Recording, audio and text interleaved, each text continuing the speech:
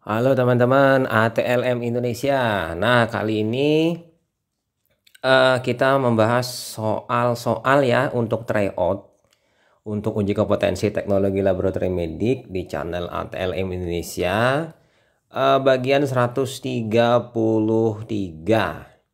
Kita bahas di sini adalah hematologi dasar berbasis kompetensi teknologi laboratorium medik.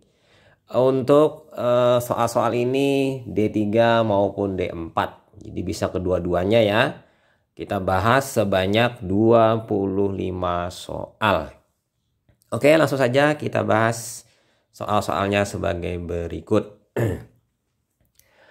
Besar jumlah volume darah manusia secara normal berkisar titik-titik. Yang A 2 liter, yang B 3 liter, yang C 4 liter, yang D 5 liter, atau yang 6 liter. Jadi jawabannya di sini yang tepat itu adalah 5 liter. Jadi jumlah volume darah itu pada orang dewasa normal sekitar 5 liter. Jadi plus minus ya. Ini tergantung dari luas penampang tubuh. Artinya besar, kecil, sedang. Tapi sama aja kurang lebih 5 liter ya. Ini tidak bisa diukur pada bayi atau pada anak-anak. Karena ini anak-anak dan bayi itu volumenya sedikit ya. Beda dengan dewasa yang kurang lebih 5 liter. Ini jadi soalnya ini adalah untuk orang dewasa volume darahnya. Nah, kita lanjut ke soal nomor 2. Insulin, adrenalin, estrogen yang terkandung dalam darah merupakan bagian cairan yang terkandung dalam plasma. Itu termasuk golongan titik-titik. Yang A lemak, B karbohidrat, C protein, D hormon, atau yang E enzim. Jadi di sini kita tahu yang namanya dalam kehidupan sehari-hari yang namanya insulin, adrenalin, dan estrogen itu adalah hormon. Ada yang hormon diproduksi oleh korteks ginjal ya, sel-sel beta, sel-sel alfa ya kan, Fuller Langerhans. Ada juga yang termasuk hormon steroid. Jadi hormon terkandung juga di dalam darah. Nanti ada analisa hormon menggunakan serum ya pada biokimia klinik. Nah, ini itu lanjutan dari kimia klinik dan kombinasi antara kimia klinik dan imunologi serologi. Nah, kita pindah lanjut ke soal nomor 3. Fungsi fagositosis dilakukan oleh sel leukosit jenis titik-titik. Yang A basofil, yang B eosinofil, yang C limfosit, ya kan, yang D monosit, atau yang E plasma sel. Jadi jawabannya di sini ini adalah pertanyaan yang sangat basic, tapi teman-teman memang sudah menguasainya. Saya cuma memberikan ingatan kembali bahwa fungsi fagositosis dilakukan oleh sel monosit. Kita tahu sel monosit ini adalah fagosit yang mampu menelan benda atau mikroorganisme yang berukuran lebih besar ya. Apalagi kalau monositnya ini mengalami perubahan transformasi setelah keluar dari darah, dia akan berubah menjadi makrofag. Misalnya di sebagai mikroglia, sebagai sel Kupffer, sebagai osteoblast. Nah, ini sebagai bila dia sel Kupffer mungkin bila dia berada di jaringan-jaringan tertentu. Nah, selain itu yang paling khas itu adalah sel neutrofil. Neutrofil segmen ini adalah fagosit sesungguhnya yang paling terbanyak di dalam darah. Dia ini umurnya pendek, namun kemampuan fagositosisnya ini di fase-fase awal infeksi ya. Dia dapat melakukan proses yang namanya diafidesis akibat dari kemotaksis, ya kan, kemotaksis, fagositosis, fagolisosom, kemudian penghancuran intraseluler dengan enzim-enzim di dalam sitoplasmanya. Nah, kita pindah lanjut ke soal nomor 4. Daerah yang tidak diperkenankan untuk pengambilan darah kafilah adalah kecuali yang A peradangan, yang B luka dermatitis, yang C udema, yang D penebalan kulit, atau yang E sisi tepi jari tangan.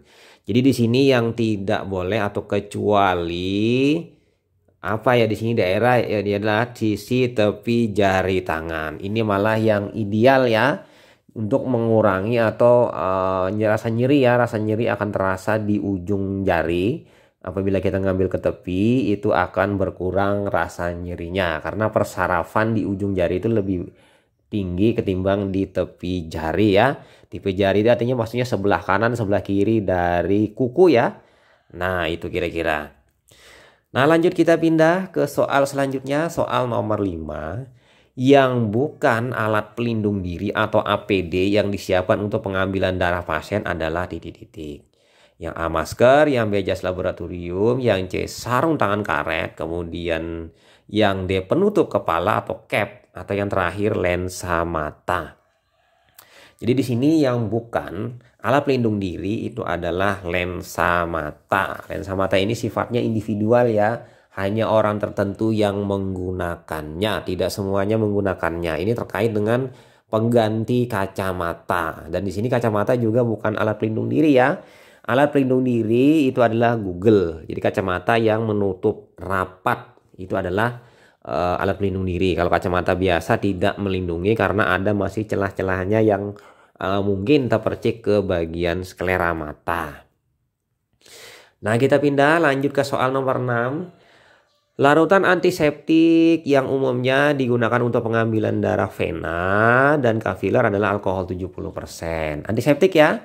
Sebagai alternatif pengganti maka dapat digunakan titik-titik. Yang NaCl 0,9%, NaClO 5%, atau fenol 5%, atau formalin 2%, atau tinktur yodium 1%.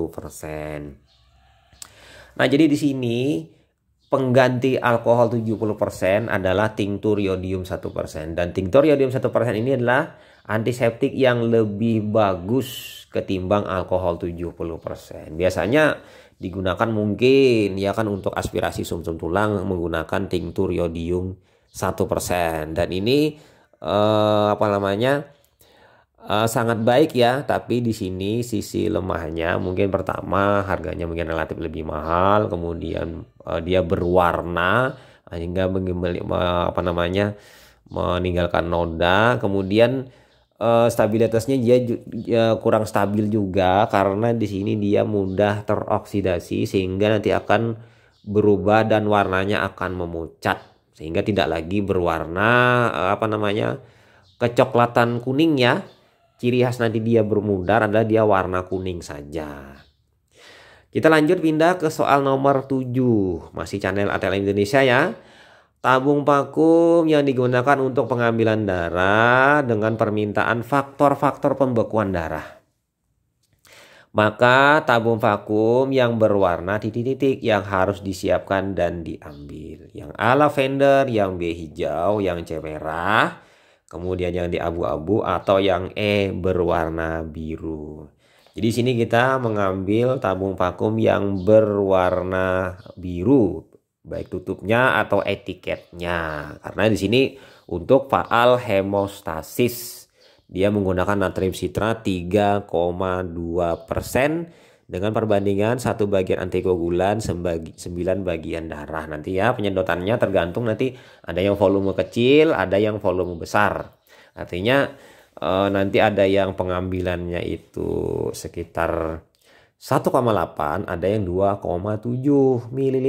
Tinggal pilih ya teman-teman yang mana yang mau dipakai.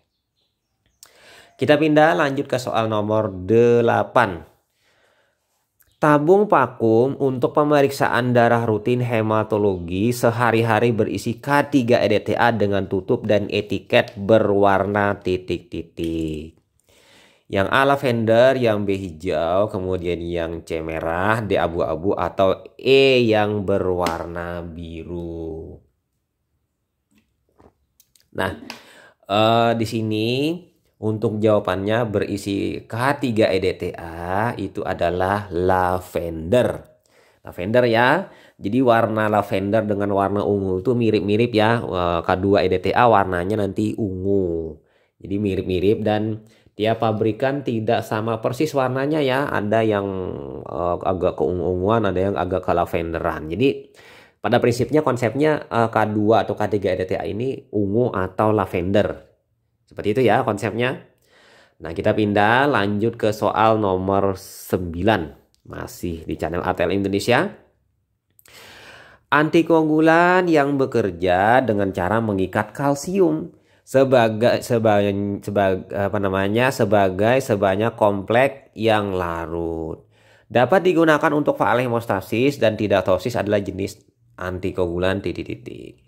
Yang A Na2-EDTA, yang B natrium sitrat 3,8%, kemudian yang C double oksalat, yang D heparin, atau yang E natrium oksalat.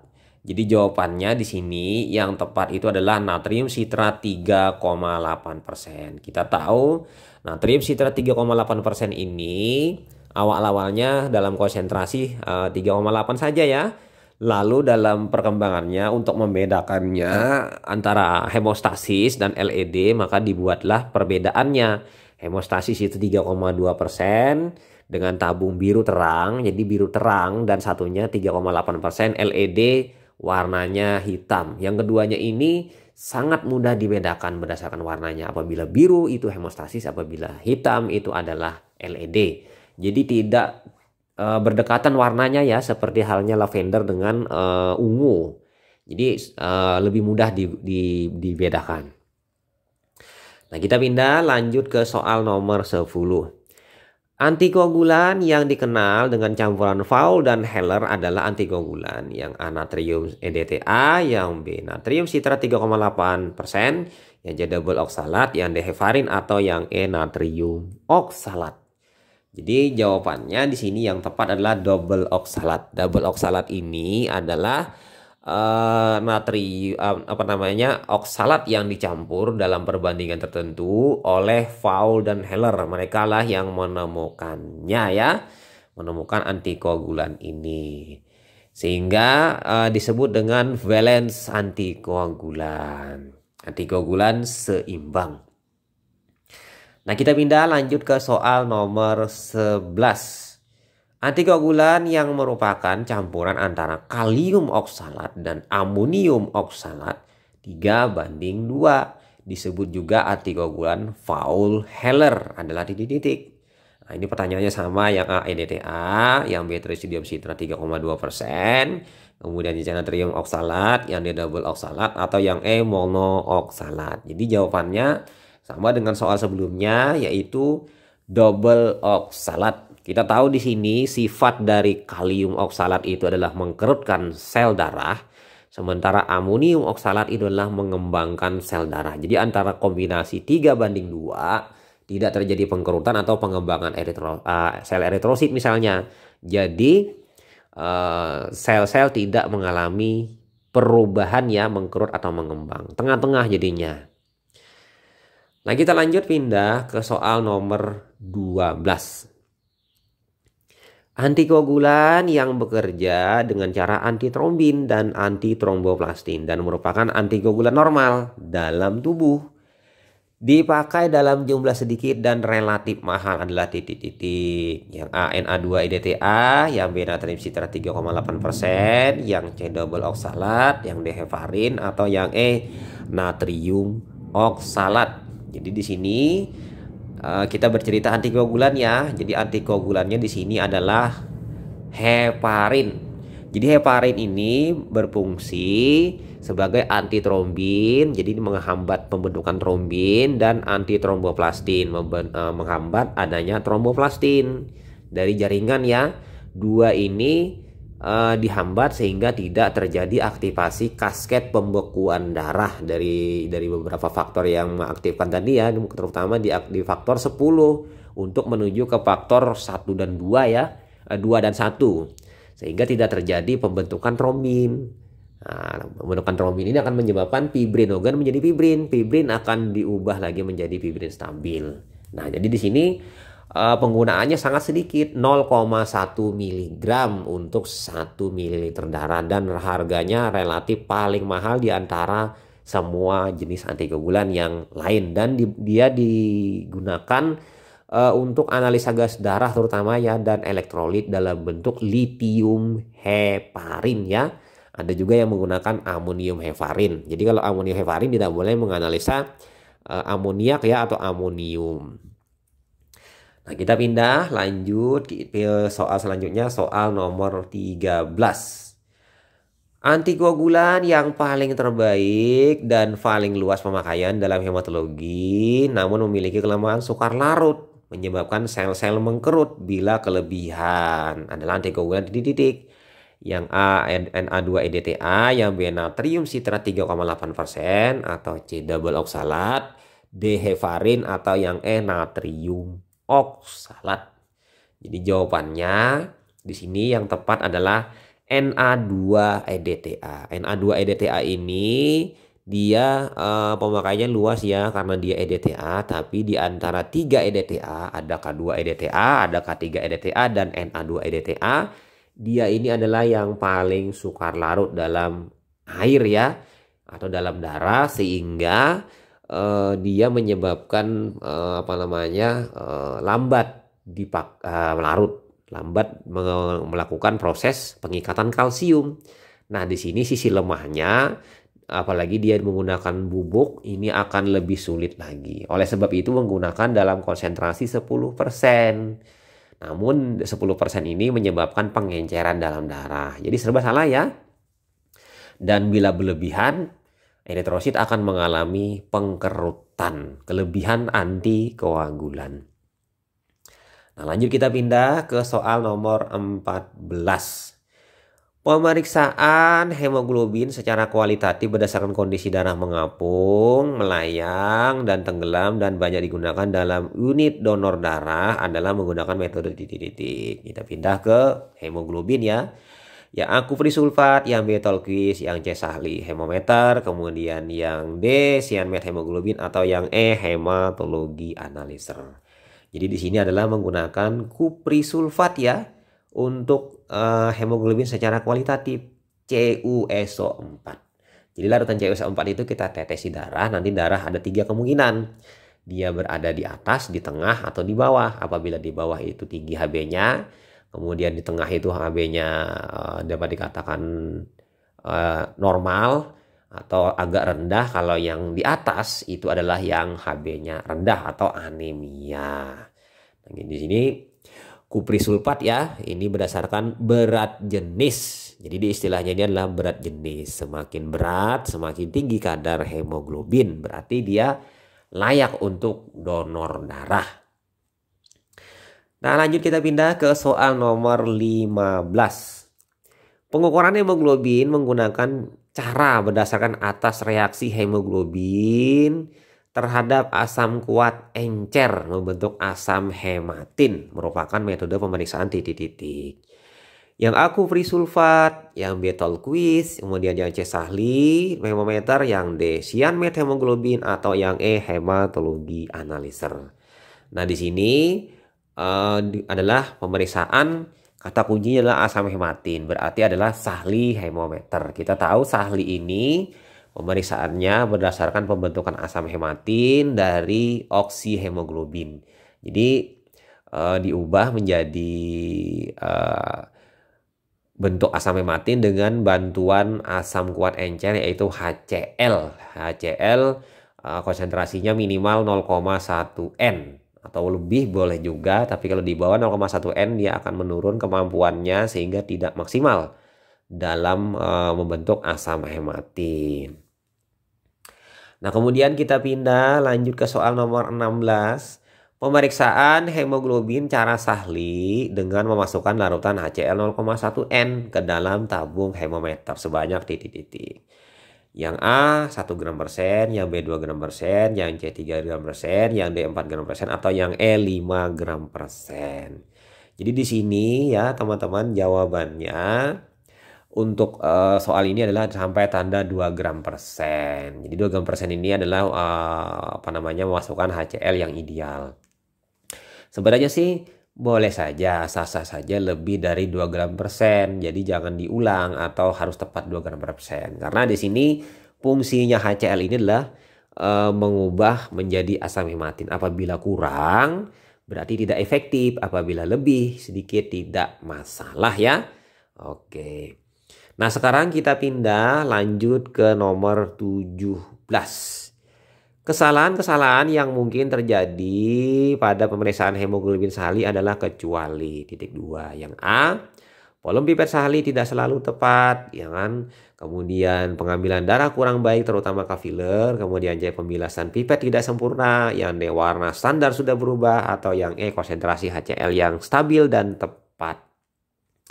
Jadi di sini pilihannya yang tepat itu adalah yang E ya, kecuali atau bukan.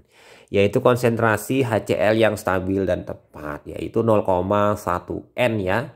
Jadi di sini kalau berdasarkan yang pernah saya bahas di brosur kit milik asisten hemoglobin sehali, itu tidak 0,1 N, malah 1 N ya yang idealnya untuk pemeriksaan HB sehali.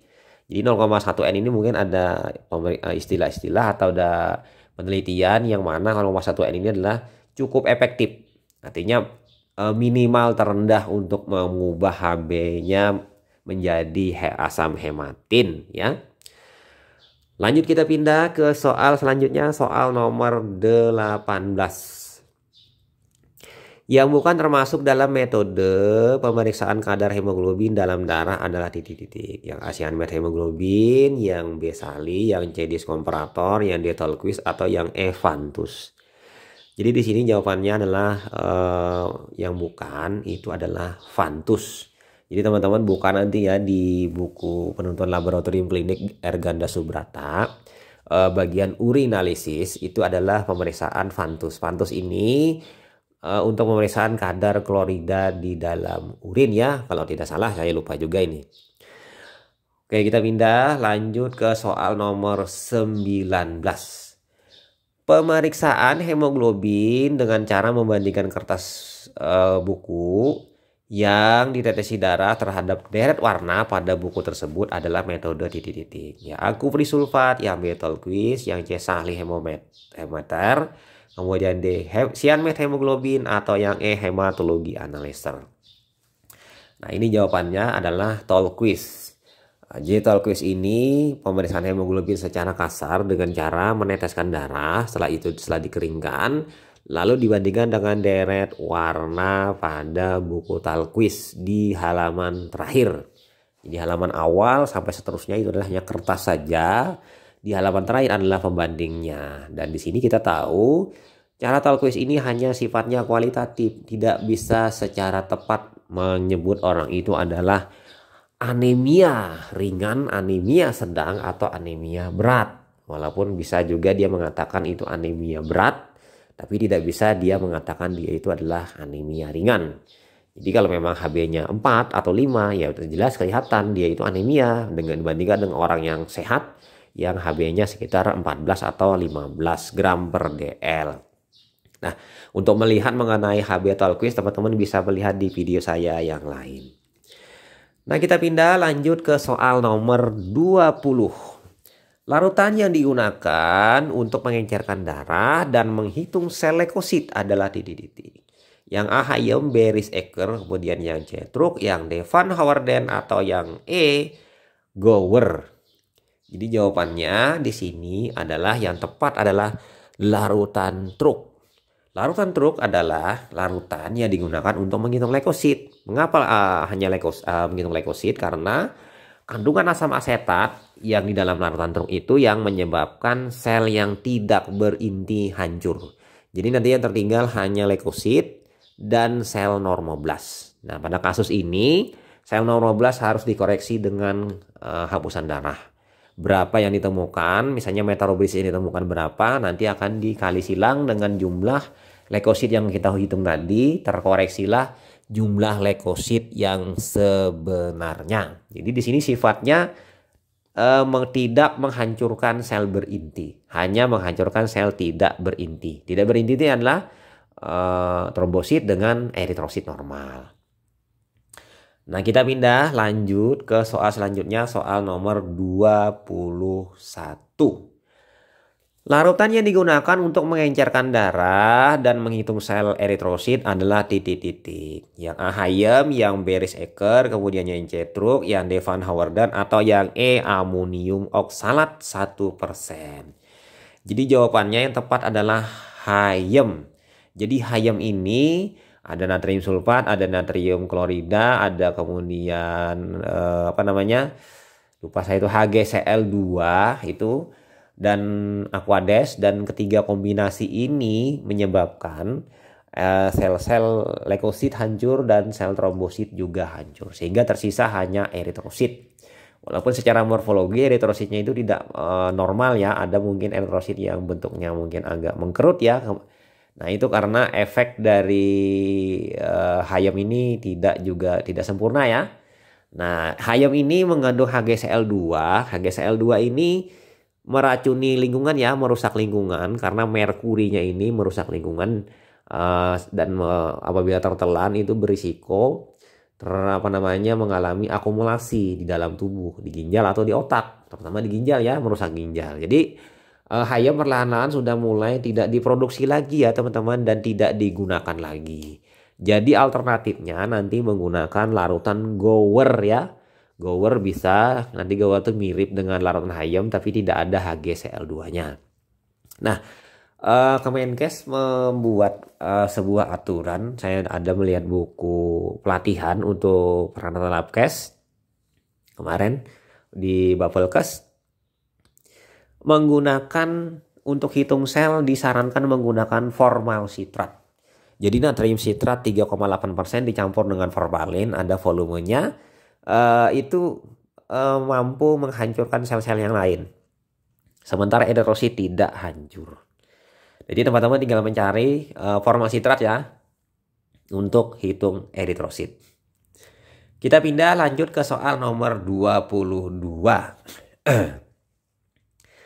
Larutan yang digunakan untuk menghitung trombosit di bawah adalah kecuali. Jadi untuk menghitung trombosit adalah kecuali yang dari 4 ini. Yang A, amonium oksalat 1%, yang B, Fonio MgS4 14%, yang C, Risaecker atau Van Howerden, atau yang E, Toison. Jadi jawabannya di sini yang tepat itu yang bukan untuk hitung trombosit adalah Toison. Amonium oksalat ini yang direkomendasikan WHO untuk hitung trombosit. Fonio MgS4 14% ini menggunakan hapusan darah ya pada ujung jari. Risaecker ini menggunakan BCB sehingga trombosit berwarna kebiruan, dan Van Howerden ini mirip dengan amonium oksalat 1%. Cuma bedanya Van Howerden ini dia resenter Varatus, jadi tidak tahan lama ya, dan dibuat baru setiap akan digunakan. Kita pindah lanjut ke soal nomor 20. Berapa ya? 23 ya, 23. Jadi 23 ini larutan yang digunakan untuk menghitung sel trombosit. Wah, ini bingung ya jadinya saya. Trombosit dengan cara menghancurkan leukosit tanpa menghancurkan eritrosit adalah titik-titik. Yang A, amonium oksalat 1%, yang B, Fonio MgS4 14%, Risaecker atau Van Howerden atau Toison. Larutan digunakan untuk menghitung trombosit nomor 23. Nah, di sini jawabannya yang sesuai dengan yang membuat soal adalah Toison. Nah, kita bahas ya yang masalah ini. Jadi kita tahu tadi larutan yang digunakan untuk menghitung trombosit dengan cara menghancurkan leukosit tanpa menghancurkan eritrosit itu adalah Risaecker. Jadi jawabannya di sini soal nomor 23 adalah Risaecker. Jadi Risaecker ini nanti tersisa eritrosit dan trombosit.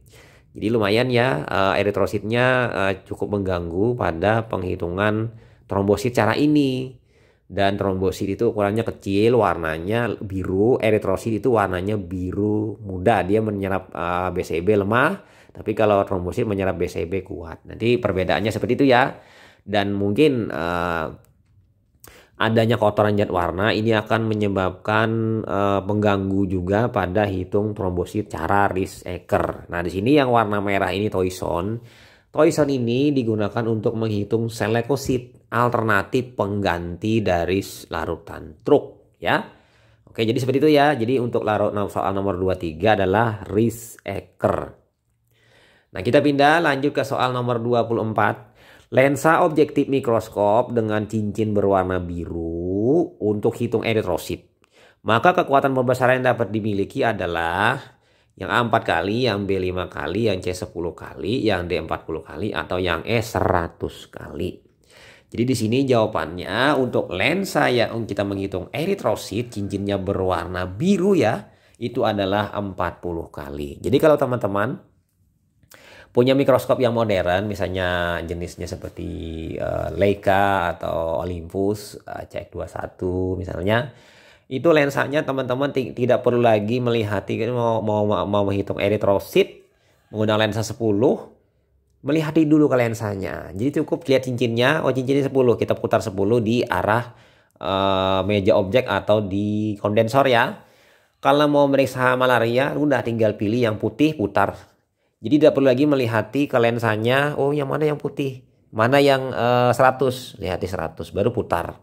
Itu tidak lagi seperti itu ya. Jadi teman-teman tinggal mendiferensiasinya dengan menghafal kode cincin ya.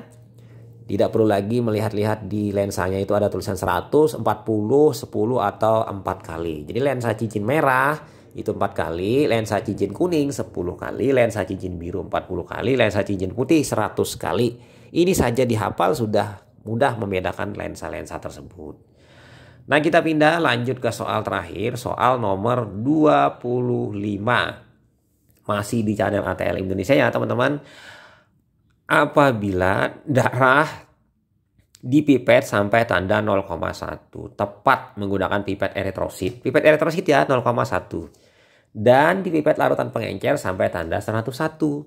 Maka pengenceran darah tersebut adalah titik-titik. Yang A yaitu 100 kali, yang B 200 kali, yang C 500 kali, yang D 800 kali, atau yang E 1000 kali. Jadi di sini jawabannya paling mudah yaitu 1000 kali. Bagaimana cara menghitungnya? Nah, ini saya buatkan penghitungannya. Pengenceran sama dengan, kita tahu bagian batangnya itu tidak kita hitung. Karena 101 terdiri 100 ditambah 1. Bagian batang 1, bagian bulatan yang gondoknya itu adalah 100. Nah, jadi kita menghitungnya 99,9 ditambah 0,1 dibagi 0,1 sama dengan 100 dibagi 0,1 sama dengan 1000 kali pengencerannya.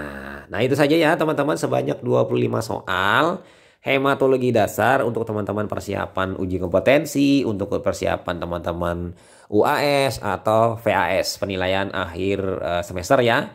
Oke, itu saja, semoga bermanfaat. Dan jangan lupa teman-teman yang baru bergabung subscribe, nantikan soal-soal lainnya. Semoga bermanfaat, selamat belajar, salam kompetensi, sukses selalu. Dan saya doakan teman-teman untuk lulus uji kompetensi atau lulus mata kuliah atau pelajaran yang teman-teman hadapi di hematologi dasar. Sampai jumpa dan mendapatkan nilai yang tinggi. Bye.